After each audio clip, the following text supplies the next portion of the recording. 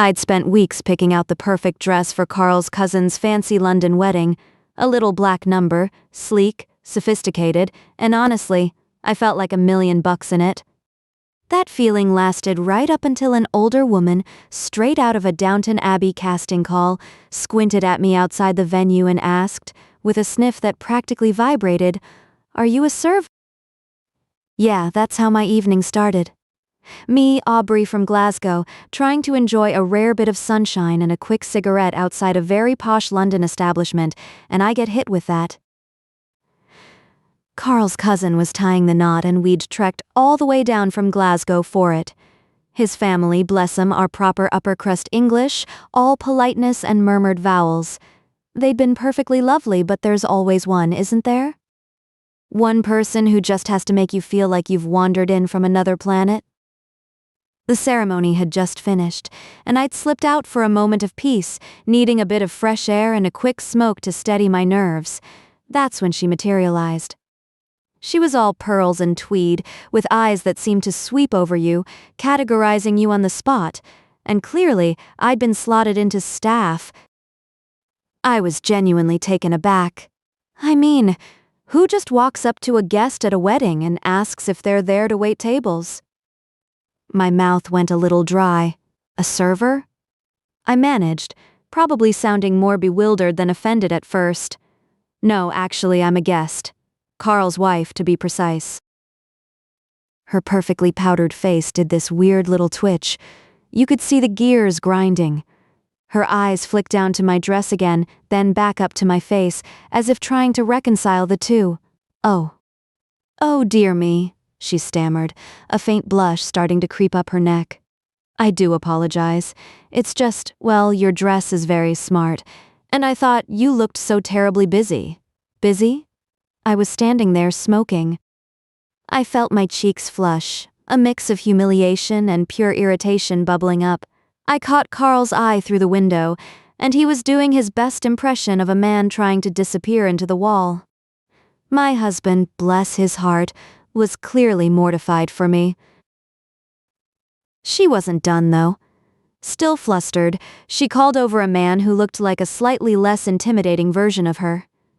"Gerald, dear, I've made such a faux pas." I mistook this lovely young lady for one of the caterers. She babbled on, trying to smooth things over, but it just made it worse. I couldn't help but roll my eyes internally. The man, Gerald, just gave an awkward cough and a weak smile. "Please," she continued, regaining a sliver of her composure. "Let me get you a drink by way of apology. My treat, of course."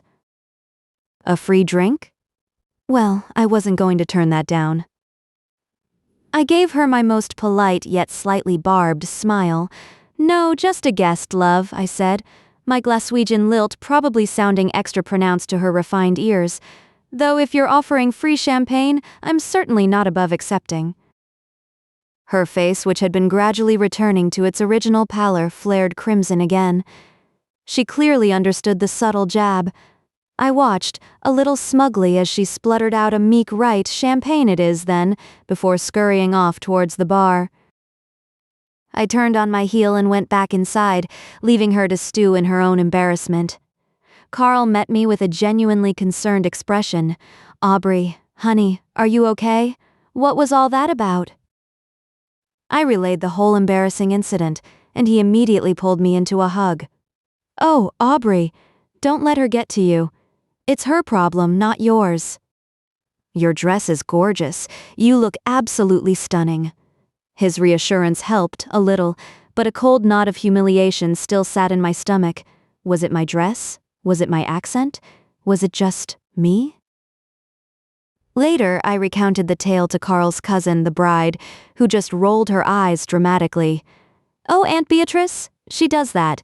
She's always mistaking people for staff, especially anyone who looks like they might actually do something." "Don't you dare let her ruin your night." That helped even more. Knowing it wasn't just me that she had a reputation for this kind of snobbery actually felt like a weightlifting. For a little while I'd been self-conscious, tugging at my dress, wondering if I looked out of place amongst the silk and brocade. But Carl was right. The bride was right. She was the problem, Not me. So, I squared my shoulders, put on my best smile, and truly started to enjoy the rest of the night. I was a guest, I belonged, and if Aunt Beatrice had a problem with that, well, she could just keep clutching her pearls. After all, I had champagne to drink and absolutely no intention of serving it. Before we get into the last story, and trust me, it's the wildest one yet, make sure to subscribe. You won't want to miss the next one. The crisp snap of her fingers cut through the hum of the fluorescent lights, a sound so sharp it made both me and my buddy Alex flinch. We were elbow-deep in bug spray and fishing lures, gearing up for a wilderness trip, when this woman with eyes like chips of blue ice and a mane of perfectly coiffed blonde hair stalked over. "You with the cart!" she barked, a crimson-tipped finger pointed squarely at Alex. He'd just finished a good deed for an older gentleman nearby, who looked a little bewildered by the sudden intrusion. Alex, always the calm one, had retrieved the gentleman's stray cart from a far corner of the parking lot just because he's that kind of guy. The old man was still murmuring his thanks when Karen, as we'd soon mentally nickname her, zeroed in. "Get mine! Now!" I shot Alex a look. He just barely stifled a sigh, that polite smile glued to his face. "Excuse me, ma'am," he asked, trying to keep his tone even. "I don't actually work here." Karen scoffed, her blonde hair doing a dramatic flick. "Don't give me that, I just saw you helping him." She gestured dismissively at the gentleman, who shrunk a little under her glare. "You're clearly an employee. Now, are you going to get my cart, or do I need to speak to your manager?" My jaw practically hit the floor. The audacity, Alex, though, just took a slow breath. He's usually unflappable, but even his patience has a limit. "Ma'am," he said, his voice losing that previous polite edge, "I'm telling you, I don't work for this store. My friend and I are just shopping for a camping trip." He gestured between us, then to our loaded basket. We were dressed in cargo shorts and t-shirts, not a hint of a store uniform anywhere. Karen's blue eyes narrowed, scanning us up and down. For a moment, she actually looked confused, like a glitch in her entitled programming. Her mouth opened, then closed. She looked from Alex to our casual clothes to the general store environment, and then back to Alex, who was now holding his ground, arms crossed, with a look that plainly said, "Don't even try it." The silence stretched, thick with unspoken accusations and dawning realization. Then something in her face shifted. The entitlement crumbled, replaced by a flush of genuine mortification. Her lips pressed into a thin line, her perfectly coiffed head gave a slight, almost imperceptible shake. Without another word, she abruptly turned on her heel and practically marched away, disappearing around a shelf display. Alex and I just stared at each other, then at the gentleman who gave us a wide-eyed conspiratorial grin. Well, he chuckled softly, that was something. We were still trying to process it when a few minutes later Karen reappeared. She walked slowly this time, her shoulders a little slumped. She approached us with a hesitant, almost apologetic air. I am so sorry," she mumbled, not quite meeting our eyes. "I truly mistook you two for employees. It's just I saw him helping that gentleman and I just assumed it was a genuine mistake. Please accept my apologies." The tension instantly deflated. It wasn't the usual belligerent Karen, but someone who had genuinely gotten it wrong and felt bad about it. Alex, ever the gracious one, just waved a hand. "No worries, ma'am. Happens all the time, I guess." And then, surprisingly, we all just started laughing. A genuine, good-natured chuckle that included Karen. The older gentleman joined in too, nodding his head. It was absurd, but in that moment it was also kind of sweet. Karen wasn't some evil villain. She was just a person who made a boneheaded assumption and had the grace to own up to it. We even ended up giving her directions to the nearest coffee shop before she went on her way, still looking a little sheepish. So yeah, not every I Don't Work Here Lady story ends with a screaming match. Sometimes it just ends with a good laugh and a reminder that even the most entitled-looking people can have a human moment. The yelling hit me like a physical blow, slicing through the comfortable quiet of my lunch break. 1 minute I was savoring a bite of my ridiculously good roast beef sandwich, the next my stomach dropped. That specific, grating tone, angry, entitled, and aimed squarely at one of my students. I didn't even think. I just shoved the sandwich down, already half out of my seat, my comfy university jacket still clinging to me like a second skin. The break room door, usually kept ajar so I could monitor the front desk, was suddenly a portal to chaos.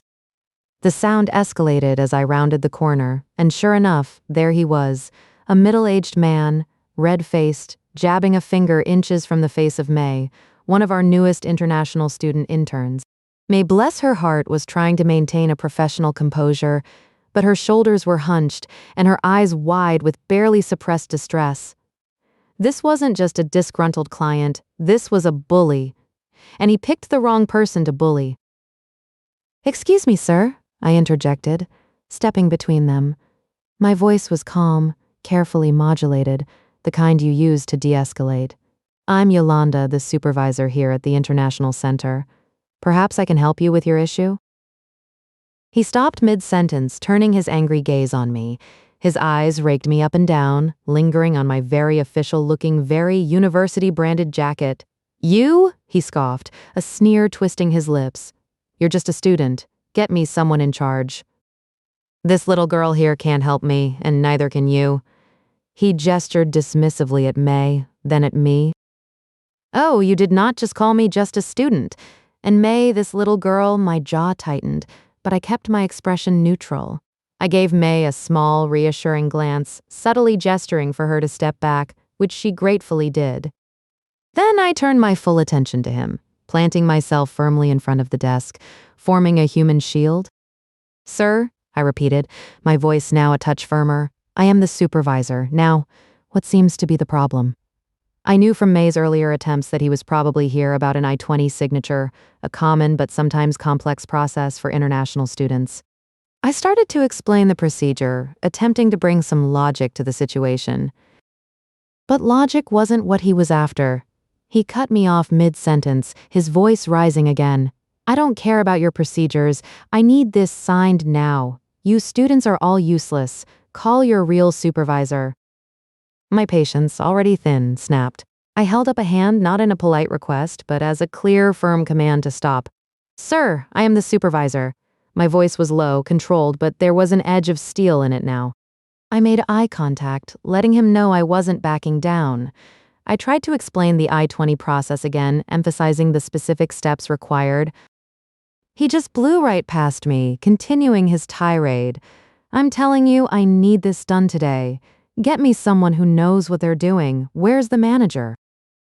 I put my hand up again, this time a little higher, a little more emphatically.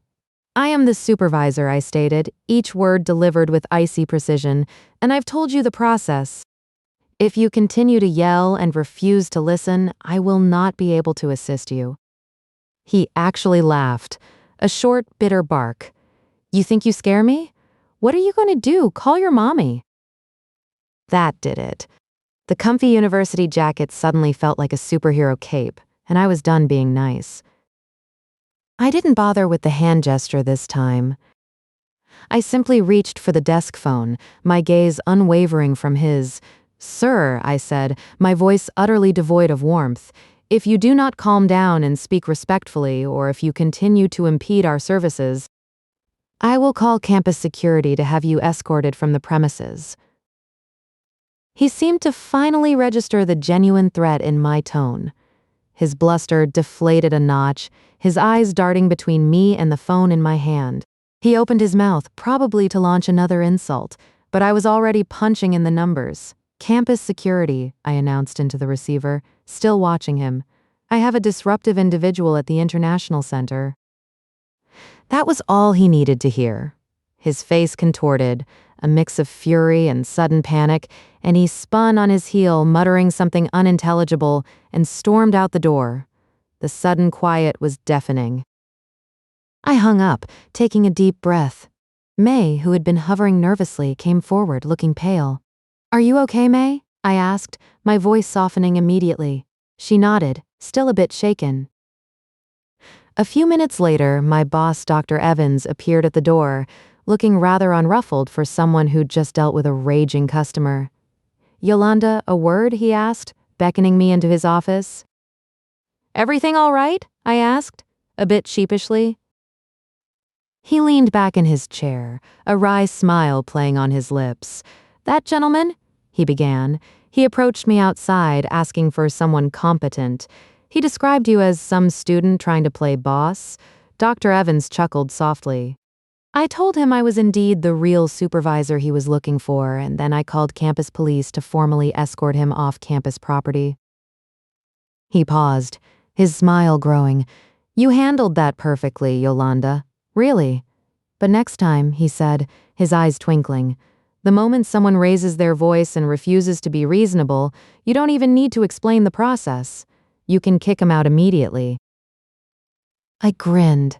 My comfy university jacket had definitely earned its keep today.